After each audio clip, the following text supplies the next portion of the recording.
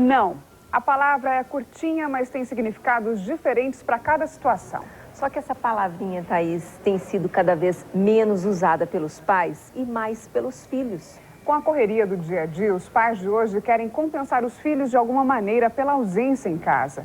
O resultado são crianças cada vez mais mandonas e pais confusos. Afinal, como lidar com essa situação?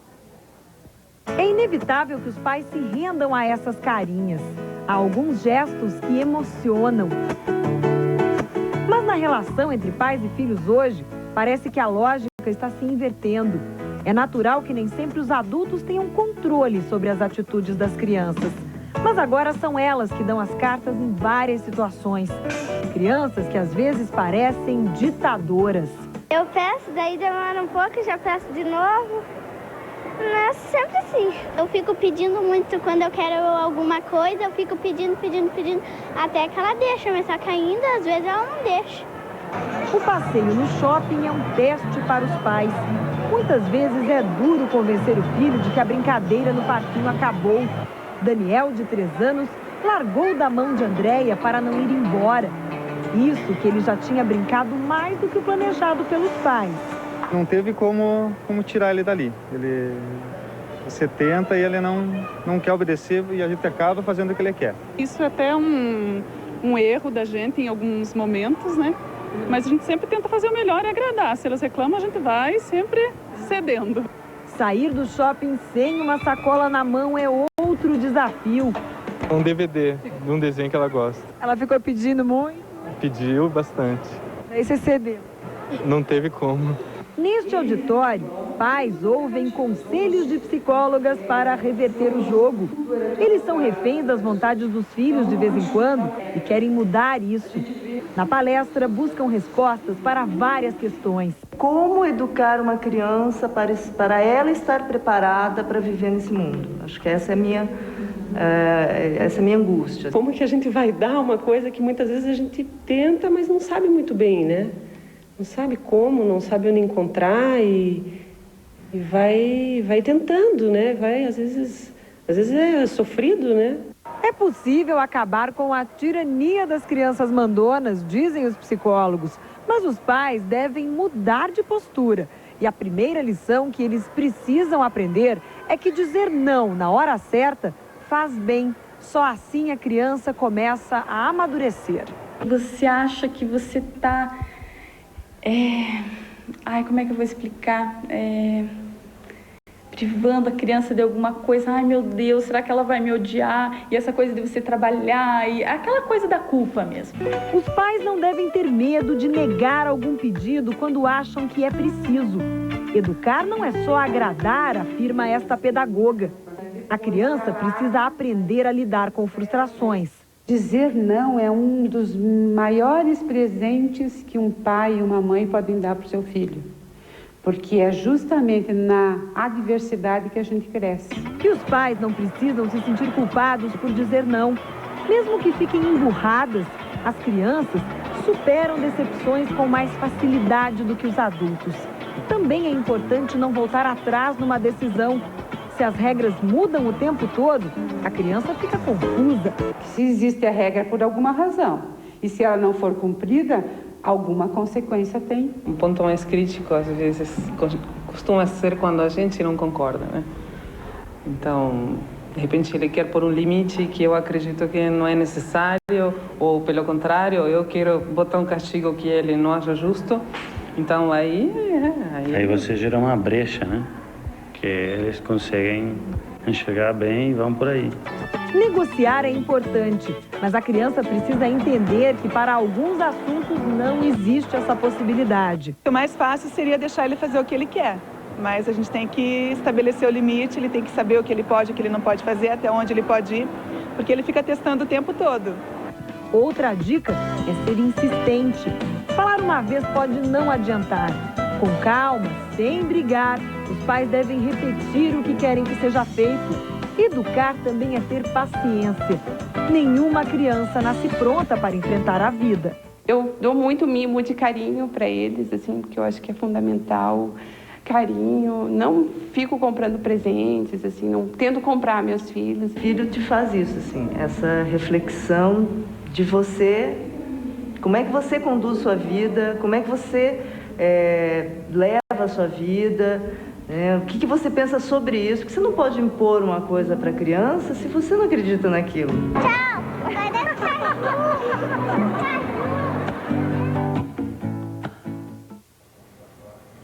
E quem conversa com a gente agora um pouquinho mais sobre essa relação nem sempre fácil entre pais e filhos é a psicopedagoga Laura Montserrat Barbosa, que está novamente conosco aqui no estúdio. Obrigada desde já pela participação. Laura, essa responsabilidade dos filhos que mandam, ela é sempre dos pais? Eu acredito que sim, porque nós nascemos da espécie humana, mas não nascemos humanos. E o ser humano inventou a educação justamente para poder desenvolver e transformar esse ser que é um animal num ser humano. Então, a criança, quando ela insiste, quando ela quer as coisas, quando ela não obedece, ela não está fazendo por mal. Ela está mostrando para você que ela ainda não sabe. Então, nós, pais, é que temos a obrigação de ensiná-la a ser humano. Porque mesmo toda criança, ela nasce egoísta, né? Porque ela só conhece ela mesma.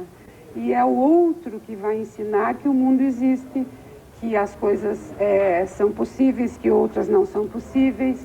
E se a gente quiser só deixá-la como ela está, a gente não permite que ela se desenvolva e também não permite que ela cresça, porque ela vai continuar sendo egoísta, vai continuar querendo fazer o que deseja, sem se preocupar com os outros. Agora, que tipo de autoridade eu posso dar para uma criança? Qual que é o espaço que eu tenho que abrir para ela? A única autoridade que um filho pode ter é a autoridade de ser autor de sua aprendizagem, do seu crescimento. Agora, a hierarquia numa família traz muita segurança para a criança. Se a criança for ter mais autoridade que o pai, mais autoridade que a mãe, ela vai ficar insegura. Então, por isso que ela assume o papel de rei, porque aí ela, para poder se sentir segura, ela quer controlar tudo. E aí ela controla a roupa da mãe, aonde a gente vai fazer compra, qual é o tipo de comida, que horas que vai sair. Então, ela fica com um peso muito grande e isso é muito doído para ela. Então, parece que ela quer fazer aquilo porque ela quer, mas ela está fazendo aquilo para se sentir segura. E vira um transtorno para toda a família. Bem, nós vamos conferir agora a participação de mais algumas mães que também têm perguntas, têm observações a fazer para a Laura. De vez em quando ele dá uns tapas, ele fica bravo, ele fica agressivo. Não pode bater na mamãe, não pode bater em ninguém, mas não sei como funciona isso direito, ainda não aprendi a lidar com isso. E aí, Laura? Isso funciona assim. A criança, quando bate no rosto da mãe, ela não faz isso porque ela é má e nem porque ela deseja agredir a mãe. Ela bateu no rosto da mãe porque ela está ali, um estímulo diferente, ela não sabe bem o que fazer, e aí a mãe é a referência. Se a mãe é que precisa ensinar para ela que não pode bater. Então, ao rir, a mãe abre uma brecha de que isso é possível fazer. Então, se a mãe quer ensinar que isso não é para fazer, ela imediatamente tem que virar para a criança, o rosto tem que falar a mesma coisa do que o tom da voz está dizendo e dizer, não, isso não pode fazer na mamãe. Assim não. Então, a criança começa a aprender que essa ação não é possível. Agora, se a mãe ri e fica insegura, abre a brecha. Na próxima vez ela vai fazer e aquilo que aquelas crianças falaram no início. Elas repetem até que os pais aprendem. Em vez dos pais repetirem, até que as crianças aprendam. Quando eles não querem conversar, o que a gente faz? Quando eles não querem conversar, nós precisamos respeitar até um certo ponto. Depende do que a gente precisa dizer para eles, né? Então, se é uma coisa muito importante, eu digo para ele, olha, meu filho, eu sei que você não quer conversar agora, mas eu preciso dizer uma coisa para você. O que eu quero dizer é isso. Não precisa me responder agora, mas é isso que eu preciso te dizer. Né? Vamos ver. Quando eu menos percebo, eu já enlouqueci. Eu sinto assim, onde eu erro é que esse grito muitas vezes vem de uma coisa, como que estourei. Ô, Dani, a Dani é minha Todas as prima. mães passam por isso. E surpreendentemente a encontrei aqui. Esse grito é justamente porque a gente vai guardando as coisas e não fala no momento em que precisa falar. Então nós vamos criando meio que uma pressão, vamos sendo muito condescendentes, até que chega um momento que você não aguenta. Se nós formos dizendo os nãos no momento certo, a gente não precisa chegar nesse grau de irritação. Mas é normal, quando a gente chega também, o filho precisa saber, não, o filho precisa saber que ele chegou no ponto, passou dos limites. Mais uma, então, vamos ouvir. Eu queria saber como é que a gente faz para essa negociação entre pais e filhos, nessa época de eu quero e... Eu quero. Criança pequena, do meu ponto de vista, não precisa de negociação. Criança pequena precisa de não. Se pode, eu dou. Se não pode, eu digo não. A gente negocia com adolescente. O que acontece hoje é que os pais negociam muito com crianças de 3, 4 anos que ainda não têm a vida, não viveu o suficiente para significar as coisas, para valorizar as coisas. Ela precisa aprender conosco. Então não tem negociação. Não pode, o DVD não dá para comprar agora, não dá para comprar. Se dá, eu compro, mas não tem que dizer não e depois negociar. Se é não. Laura, e quando que o castigo é necessário e qual deve ser esse castigo? Certo. O castigo, a gente é a favor de algo que a gente chama de sanção por reciprocidade. Quando a criança faz uma falta, quando ela faz alguma coisa que não está certa na visão dos pais, ela precisa ter uma sanção que tem a ver com aquilo que ela fez. Então, não adianta a gente dizer, olha, se você fizer isso, você não vai ganhar a bicicleta no final do ano. Não é por aí. É assim, você brincou na hora de estudar? Então, na hora de estudar, de brincar, você vai estudar.